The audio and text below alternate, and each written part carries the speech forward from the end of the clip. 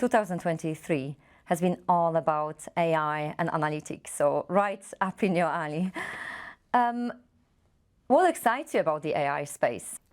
So we're very excited, obviously, about the great leaps that AI has made in the past year. We've been working in the space of data since the beginning. So we've always used autonomous robots to collect a lot of data and then obviously interpret that, try and extract insights from it. So that was from the beginning, from 2018. But for the past year, things have absolutely grown exponentially. So there's so much more you can now do with that data to be able to make it useful to the end customer.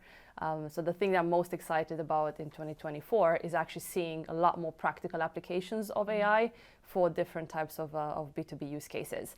Obviously, the one we're in is supply chain and logistics. It's going to be across the board, so not just for our industry, but already we're seeing a massive, massive difference from moving from the buzzwords to actual, okay, we can actually do something with the results of these products and change the way that we do businesses.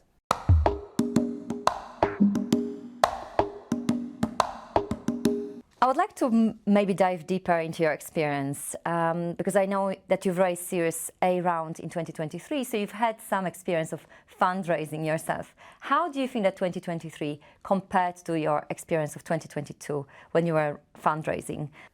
It's quite interesting because every time we went out fundraising, something happened globally. With our pre-seed, it was exactly when the pandemic started, and then for our seed, it's with Ukraine war and everything that's happening in Europe, and then last year the economic crisis. So every time we go out fundraising, something is happening in the world. When are you fundraising next time? Well, we'll keep you posted, give you some notice.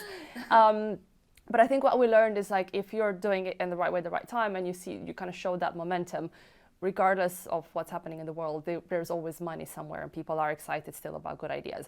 So the difference to me between the previous rounds and last year's round is actually not that big in terms of there was always something going on, so I can't say it was easier before than now. However, the conversations that we were having were definitely a little bit different. We had progressed obviously from seed to Series A, so there's a lot more focus on commercials and traction and customers and numbers versus the previous ones, which were more about vision and product. So that was already a natural transition because of the stage that we were at, but definitely a lot more due diligence, a lot more not skepticism, but a little bit of a fear to make sure that behind the numbers is proper growth potential. So I think that was probably the one thing I noticed is there's a lot more questions around that, a lot more talking to customers, a lot more validating the market to ensure that there's continuous growth. Yeah, 2024 is going to be an interesting one. I think no one really has an idea of how it's going to go. So I was kind of even reading last night, I can't remember which publication, but investors are saying that the market's going to go up, but they don't know exactly when and where and how. So it's great. So I think it's going to be a bit of an enigma to start with. From our perspective at Dexory, we already know it's going to be a very exciting year. We're going to continue our scale-up processes and people and markets. So already the plans are looking fantastic. And of course, obviously, we are influenced like any other company in the world by what's happening on an economic level, just anywhere, to be honest.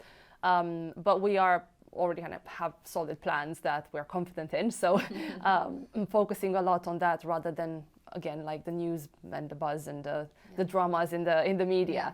So we're trying not to let ourselves influence too much. But what I think for sure is markets are going to open again, I hope, by the summer. There's going to be, again, a lot of focus on deep tech, just like in 2023, which is exactly kind of our piece of the world and our bucket. And we only hope that there's going to be kind of an increased, I would say, view of the potential that deep tech has for a long-term return of investment for investors and also for customers. So I think, we're in a very good space. Yeah, so I'm looking forward to 2024 and following your journey. Thank you so much, Oana.